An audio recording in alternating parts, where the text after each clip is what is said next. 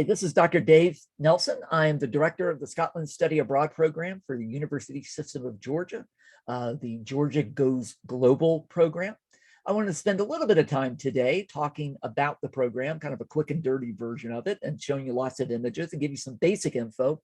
Then if you have specific questions, I'll give you my email a couple of times so that you can email me specific questions. And like I said, usually I try to do this face-to-face, go to colleges, but with COVID, it's getting tougher. So I wanted this as a particular option. So the Scotland Study Abroad program, we do 2 weeks every year. And in fact, lately we're doing two-week programs. So we have 20 students total for each 2 weeks. This year in 2022, we'll have 40 students, 20 in each session. And our home base is Edinburgh, Scotland, the capital of Scotland. By the way, most of the images I'm going to use today are taken, a few by me, mostly by students, including this one on the screen.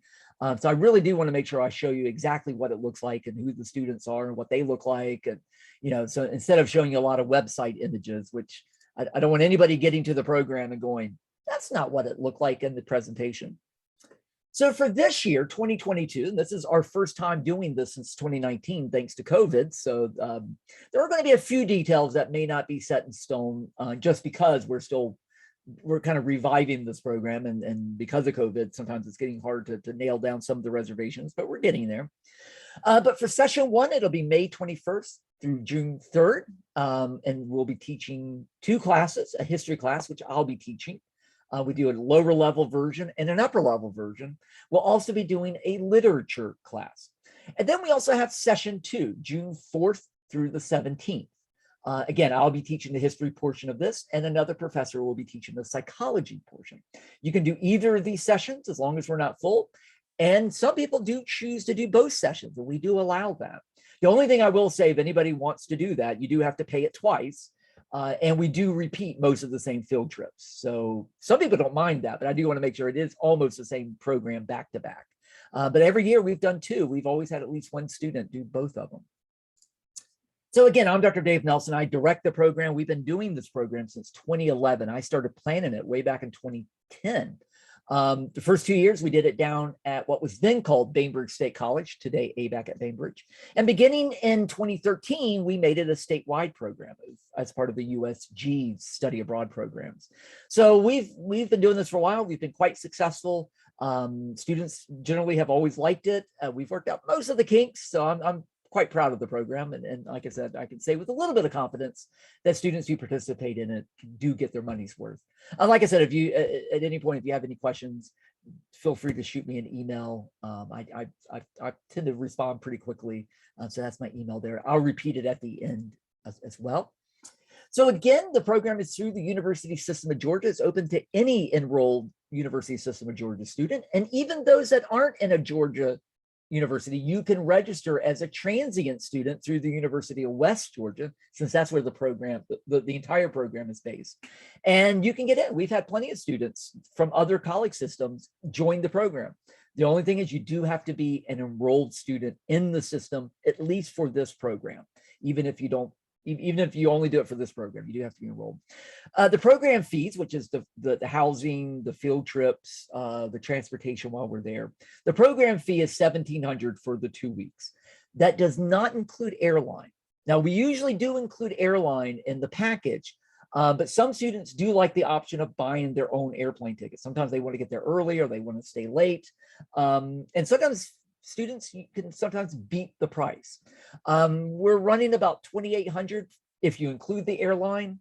But again, we're kind of pushing the $1,700 price. But again, if you want to do the group airline, it'll be about $2,800 at that point. I do recommend, especially if you're a first-time traveler, traveling with the group. But again, a lot of people can get a cheaper rate or through their parents or something. So $1,700. And again, that will cover all of our required field trips. It will cover breakfast. It will cover our housing. Lunch and dinners will be on your own, although we often eat together, and I'll give you lots of recommendations of where to go, and I'll give you advice on how to eat cheap if you don't have a lot of money. Obviously, souvenirs are on your own. We do have a free weekend. That's also on your own. You don't have to do anything. A lot of people just sleep in and enjoy the weekend and walk around Edinburgh. And we do a trip out of the main area of Scotland into the Highlands every year, usually a 2-day trip, and that will be also included in that price. And again, it is study abroad. So this is a student from a couple of years ago. It's a huge Harry Potter fan, so she took a picture everywhere we went with her Harry Potter book. We promote fun. We want you to have a great time. We want you to experience Scottish culture, but it is a study abroad program as well. We do emphasize that quite a bit. I thought about taking this image out. This is a traditional Scottish Cayley dance we do every year and it's pretty much locals except for us. I will say, just to be fair, with COVID, we may not get to do this year. I'm hoping we will, because it's a lot of fun. But because of COVID, obviously you have to be very close together in a tight room. There is a slight chance that this one we may not have. I think everything else I'm going to show you, we should be able to do, but not everything. These are just a few images of the area around Edinburgh. Again, we're based in the city, which is an absolutely beautiful city, but we also take field trips elsewhere. Again, it is study abroad. So what we do is we have classes partly online. And then while we're in country, we spend most of our time out and about doing field trips, but they are classes. So we'll go to, like here, we're at a castle called Linlithgow Castle, and we're eating lunch, but I'm lecturing during lunch. So I love this photo because it's one of our students. In fact, the student you saw with the Harry Potter book, this is another one of her images, showing, from a student's perspective, what the class will look like. So not a bad way to get some college credit, frankly. And again, I have several images here. This is me in front of Edinburgh Castle talking about witch trials a few years ago. This is our psychology professor, Dr. Christina Simmons-Moore in Stirling. This is myself and the other professor, Dr. Benita Muth, our literature professor, also in Stirling. By the way, notice the way we're dressed. It does get chilly in Scotland, even in May and June. It can be cold. It can also be hot. So you'll notice a lot of times we're wearing raincoats, and we're also wearing sweaters and jackets a lot of times. So a very different area than, a very different climate than Florida or Georgia are in May and June. So again, just a lot of images. I just want to emphasize it is a class. That is one thing sometimes students are a little surprised at. But again, what a great way to get college credit. We try not to be in the classroom very much because we only got 2 weeks. We really want you to experience Scotland. But we do, where we stay, we do have a small classroom that we use twice. Both weeks on the Thursdays in the morning, we do a short lecture. Each one of us do a short lecture. We also make tea. We have snacks. It's kind of a nice, since it's private, we can talk amongst ourselves. Like if there's something you don't like about Scotland, this is where you can say it, because we don't, that way no other people can hear us. And in fact, students kind of appreciate having like one morning where we don't go out immediately. They're getting a little tired, but we really try our best not to spend much time in the classroom. And in fact, usually after we do the classroom, students are like, yes, I'm ready to get back out. It kind of reminds them why study abroad can be so much fun. Again, the way we can get college credit, because you get as much as 6 college credits in 2 weeks. Obviously, we have to push things online. So we do have online content, both before we go and after we get back. Technically, I have you the whole summer. But most students, if they're on it, can usually get most of their work done within a week or 2 after we return. In fact, most of our students get done fairly quickly. It is a real college class, but it is designed not to be overly cumbersome. If you're interested in the program, and I'll go through the whole program in a moment, but this is the website. By the way, you can just type in Georgia Goes Global in Edinburgh, and the first hit you'll get will be the program. But this is actually the website itself. It gives into a lot more of the details as far as the nuts and bolts of the program. It gives you the dates and again, the costs, not including airline, although we are going to have the group rate in there. And again, it goes through, shows us some of the stuff that we include, some of the types of activities we're going to be doing. I'm going to go in more detail in a moment. So don't worry, I know I'm clicking through this very quickly, but I'm going to talk about a lot more of this. It does give you to some of the requirements, the main thing being a good student in good standing. And for the program, you do have to be enrolled in a university system class. Even if you're not a University System Georgia student, normally you can sign in as a transient student. Again, we are offering a history, psychology, and literature. If you're interested in the classes, especially if you're looking about trying to get credit and you need to talk to your advisor, on the website, we do have direct links to the syllabus for all the classes. So you can see for session 1, you have 2 literature classes, a lower level, intro level, and an upper level. Same with the history, an intro level and an upper level. You can click on these links and they take you directly to the syllabus. And for session 2, again, the same 2 history classes, but we also have an intro psych class and an upper level psych class. For the literature classes, if you look at the titles, you can see we try to make these really interesting. So Dr. Muth talks a lot about fantasy fiction and fairy tales, and a lot of it's hinged around Harry Potter. And again, a lot of kind of fantasy fiction. I try to focus also a lot on this. I try to give the historical background to a lot of these stories. I do witch trials. We talk a lot about war, talk a lot about kings, and we talk crime, so we really try to the juicy parts of Scottish history and Scottish culture. And then for the second session, the psychology professor, Dr. Simmons Moore, focuses on ghosts and paranormal activity. I mean, they are psychology classes, but she's using those in which to talk about psychology. And of course, I talk about ghost stories and beliefs in ghosts. And for both programs, we always do ghosts. We do at least one ghost tour for both programs. But again, if you want more details, you can click on those links. And again, it'll take you right to the syllabus. And you can see what kind of assignments we have, what kind of requirements. We do try to keep these relatively easy to do in a couple of weeks and not overly cumbersome in the amount of materials you have to buy. For instance, I have a small book you buy. You don't even have to bring it to Scotland. In fact, I prefer you didn't bring it to Scotland to save room. But again, it's very cheap. So we do try to keep this as cheap as we possibly can, because we know most of your money is going to the program fees. We're still working out a lot of our dates. This is actually kind of an internal site. And like I said, the payment dates are still to be decided because we still got to work out our airline. But usually you pay the first half in late February, early March, and then the second half sometime in late March or early April. You do have an initial fee that you have to pay when you sign in, but the rest of it you don't pay till spring of 2022. We'll have those exact dates up fairly shortly. I'm recording this in early October, so hopefully by late October, all the dates will be set by then.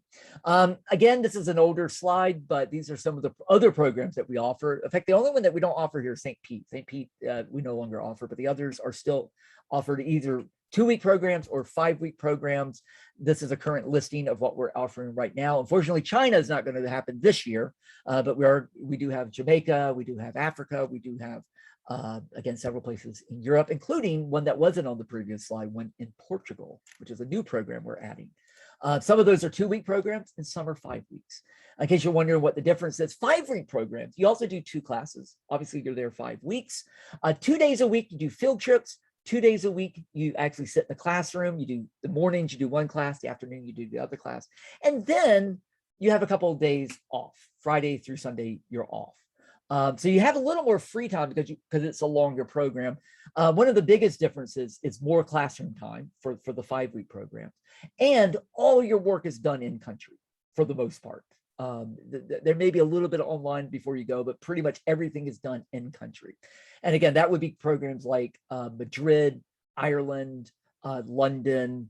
My mind is blank. There's one more, shoot. And then some of them are 2-week programs like Edinburgh, Scotland, but also Jamaica, also Portugal, also Berlin. Those will be the 2-week programs. And they will run very similar to the way mine runs, which is 5 weeks, you do field trips with a little bit of classroom time, a free weekend, and then another week of field trips, and then you come home.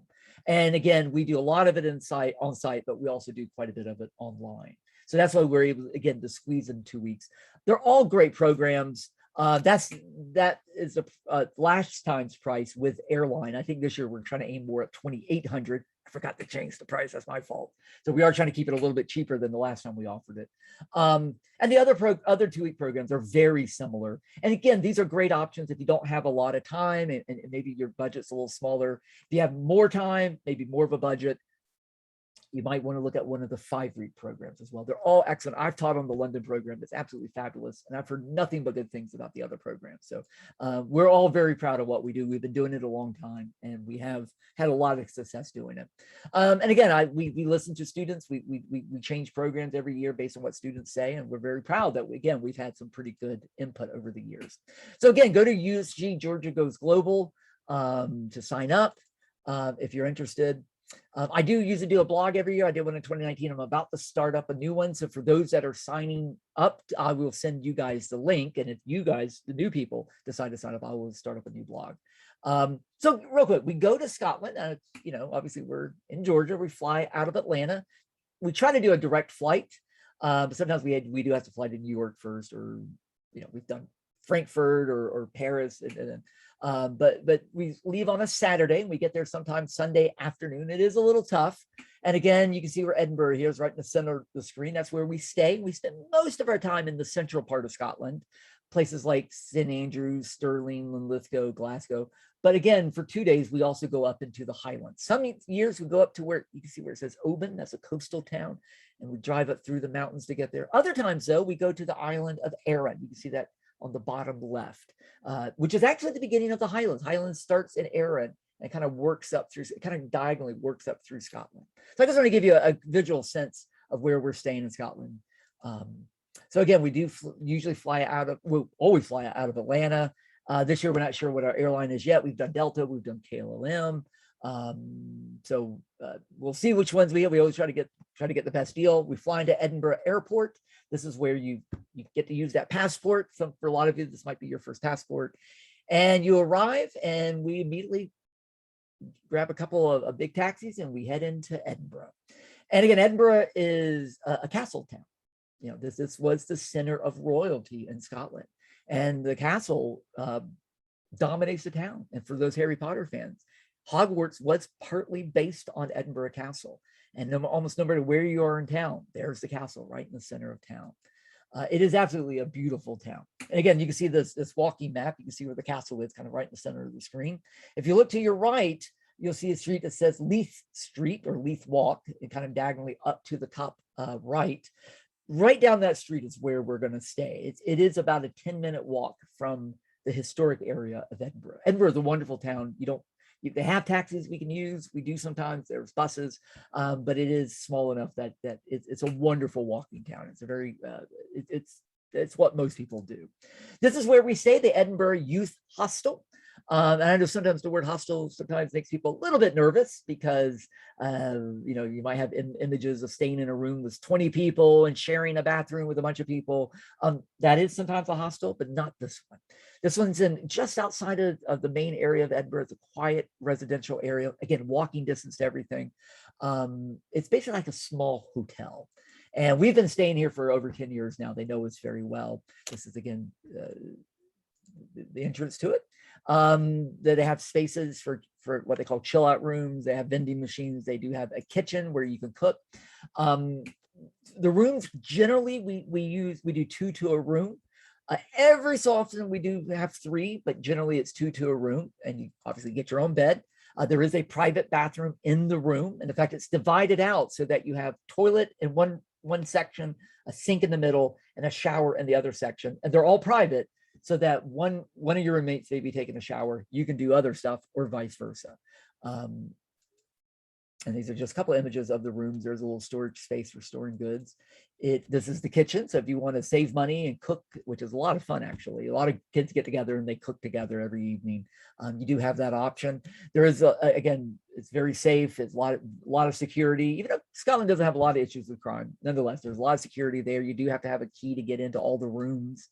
So you're not getting the public just wandering around. There is a nice cafe there, a little coffee shop. And this is one of the images that's not ours. This is actually from the website, but we do breakfast there that's part of your price. We do breakfast every morning. It's a very basic breakfast. Don't get excited though. Eggs, Scottish bacon, which is a little bit different than ours. Oh, I love it. Sometimes sausage. There are some vegan options. I'm not gonna lie, they're not the greatest options, but they are, but it's, fruit, yogurt, oats, milk, coffee, orange juice.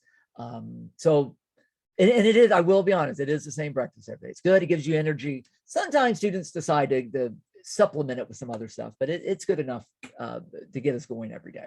And again, they do have options to buy sandwiches and stuff right there for taking for lunch.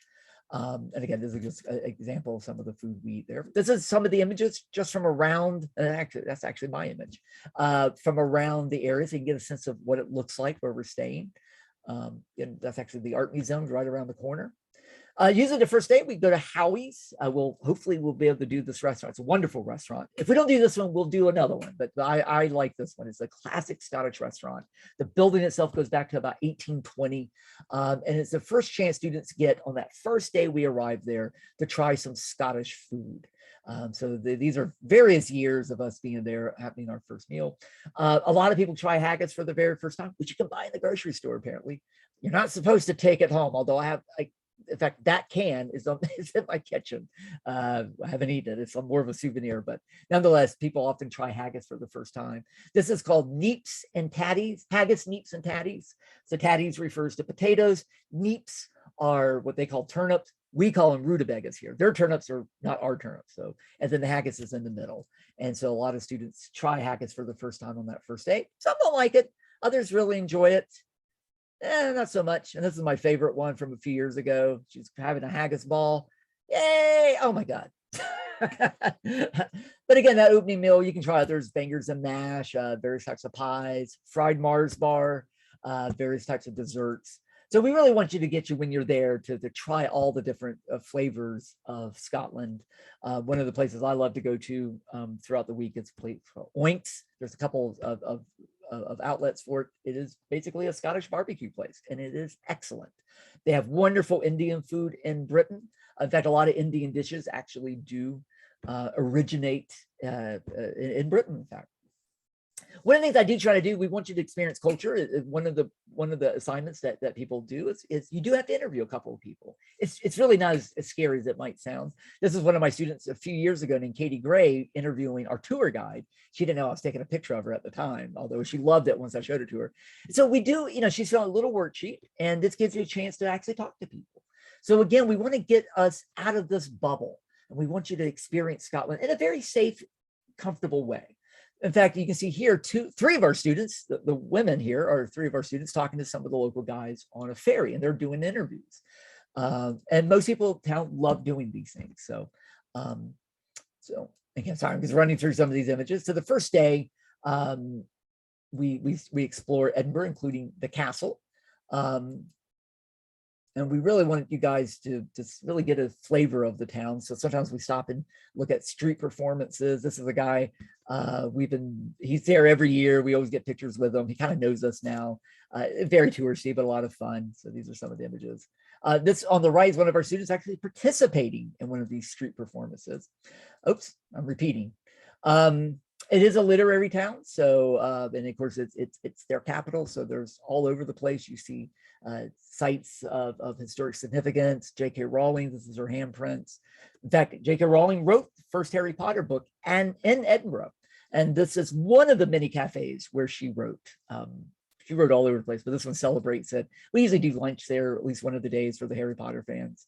Right next to it is a very famous graveyard, Greyfriars churchyard. Which is one thing, just amazing. But for those, that's my son back when he was a little kid. He's 15 now. He's pointing at Crookshanks. For the Harry Potter fans, that's one of the characters. I think it's the name of the cat. That is where J.K. Rowling's got a lot of her names from, was the cemetery. There is something called Arthur's Seat nearby that we do often climb for those that want to. So you can get some pretty amazing images right there in Edinburgh. By the second and third days, we're out of town. We jump on a train and we head out of town. The first Tuesday, we go to St. Andrews. And for many students, this is their very first train trip. In fact, a lot of students say that's the coolest thing they did was actually ride on a train. St. Andrews is very famous for, now it's a ruin, but a cathedral. So we talk a lot about the religious history of Scotland and the Protestant Reformation there. And again, beautiful little town. It's also the site of the University of St. Andrews. Sometimes we even meet with professors at that university. Last time we were there, we met with a couple of professors. Also get some wonderful images while we're there. And again, we spend a lot of time actually at the ruins. That's where I do a whole lecture. So we're literally sitting in the ruins of a cathedral while I'm talking about the history of the cathedral. I always say it's the greatest PowerPoint ever. That first night is when we do the dance, the Scottish Cayley dance. It looks like Salid, but it's pronounced Cayley. Unfortunately, this year, we may not get to do this because of COVID, but fingers crossed. And again, this is a highlight for a lot of students. These are a couple of our students here enjoying themselves. These are sites, these are photos from the website. They always take photos and so I downloaded the ones that were our students. So there's another one of our students right in the center there. In fact, all of those are our students, but usually we're the only local, we're almost the only non-locals there. Almost everybody else is right from there. That's what these are locals here. One of my favorite photos. It was a fluke that I actually got this. This is one of our students who went back the next week. She loved the dance. The next day, Wednesday, we do a couple other towns. We hop on a train again. We go to Linlithgow, which has a very famous castle. We usually spend the morning there, and then we do lunch right there on the castle grounds. And then we head back on the train to Stirling, Scotland, which is right at the foot of the Highlands there. In fact, that's usually our first view of the Highlands is at Stirling Castle.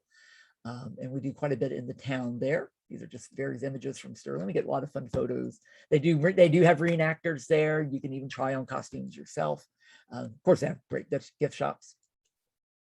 And then Thursday, we're back in Edinburgh, and we're doing more of Edinburgh, including a wonderful museum there. Usually we do the morning in the classroom, and then the afternoon we hit a couple of the museums. That's usually when we do Elephant House. And then on Friday, we do at Arthur's Seat. We walk up to the morning, we do a little hike. For those that want, we go to the top. Not everybody wants to go to the top, or for physical reasons may not be able to. So that part's not required, but anybody that wants to.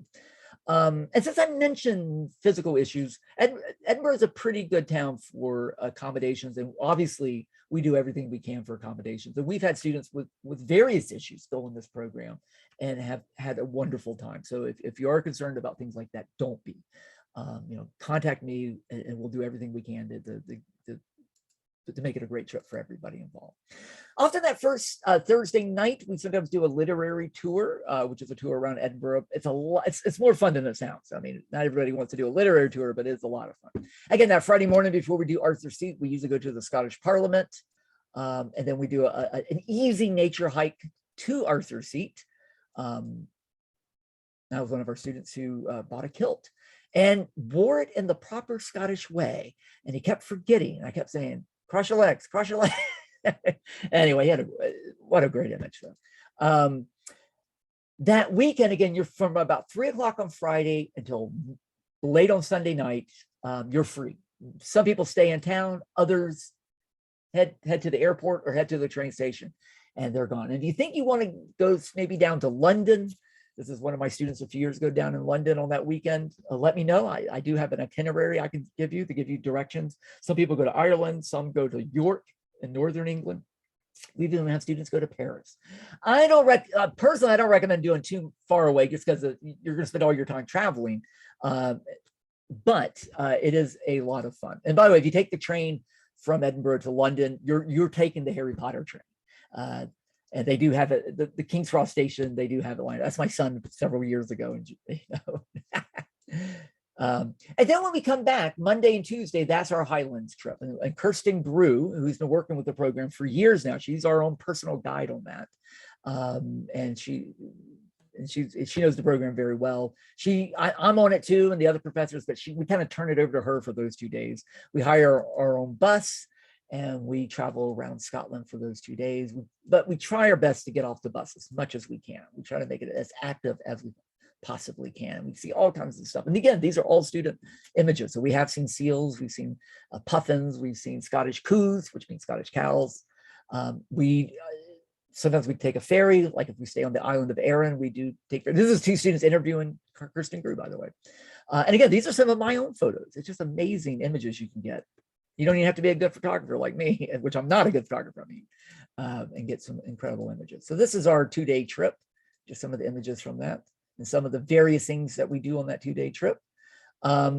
So again, we come back, we explore Glasgow, Scotland, on usually that Wednesday and that Thursday, our last full day in Edinburgh. We do a little more classroom work. We usually do a ghost tour that night. Sometimes we might go see a play. And then Friday, we come home. So again, if you have any questions, I know it's kind of an abrupt ending, but I realize I'm getting tight on time here. I wanted this to be short. So if you have any specific questions or any questions at all, or any comments, please shoot me an email. And if we need to Zoom each other, especially if you're not at my college and we need to talk in person, we can Zoom each other. We can do Microsoft Teams. But I hope you're interested. And if you can't do it in 2022, we'll be doing it every year until they fire me. I'm going to keep doing this forever. I love it. It's probably the best thing I do as a professor. And I look forward to meeting all of you who might be interested. All right. Thank you, everybody. I'll talk with you guys later.